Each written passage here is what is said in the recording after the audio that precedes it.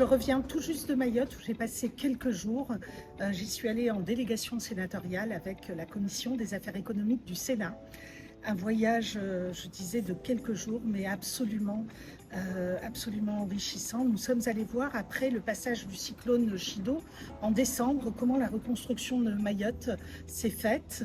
Alors, pour tout vous dire, la végétation a repris un peu son cours. Par contre, l'agriculture, la pêche, l'économie n'a pas du tout repris son cours. On est allé à la rencontre des agriculteurs dont les cultures ont été dévastées, que ce soit les cultures d'arbres fruitiers, que ce soit les cultures de maraîchage, et qui attendent toujours pour une partie d'entre eux les subventions de l'État.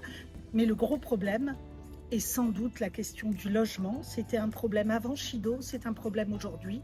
Le logement qui est très très cher, le logement qui est aussi très rare.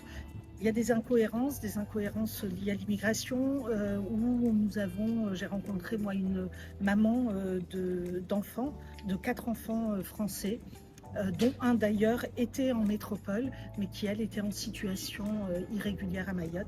Et ça, c'est tout à fait difficile.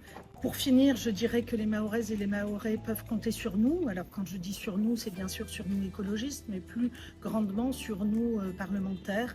Nous allons voter dans quelques jours un texte sur la reconstruction de Mayotte et sur le développement de Mayotte qui intégrera différentes parties du développement, absolument indispensable à dire aux Mahoraises et aux Mahorais. Courage à eux et nous sommes à leur côté.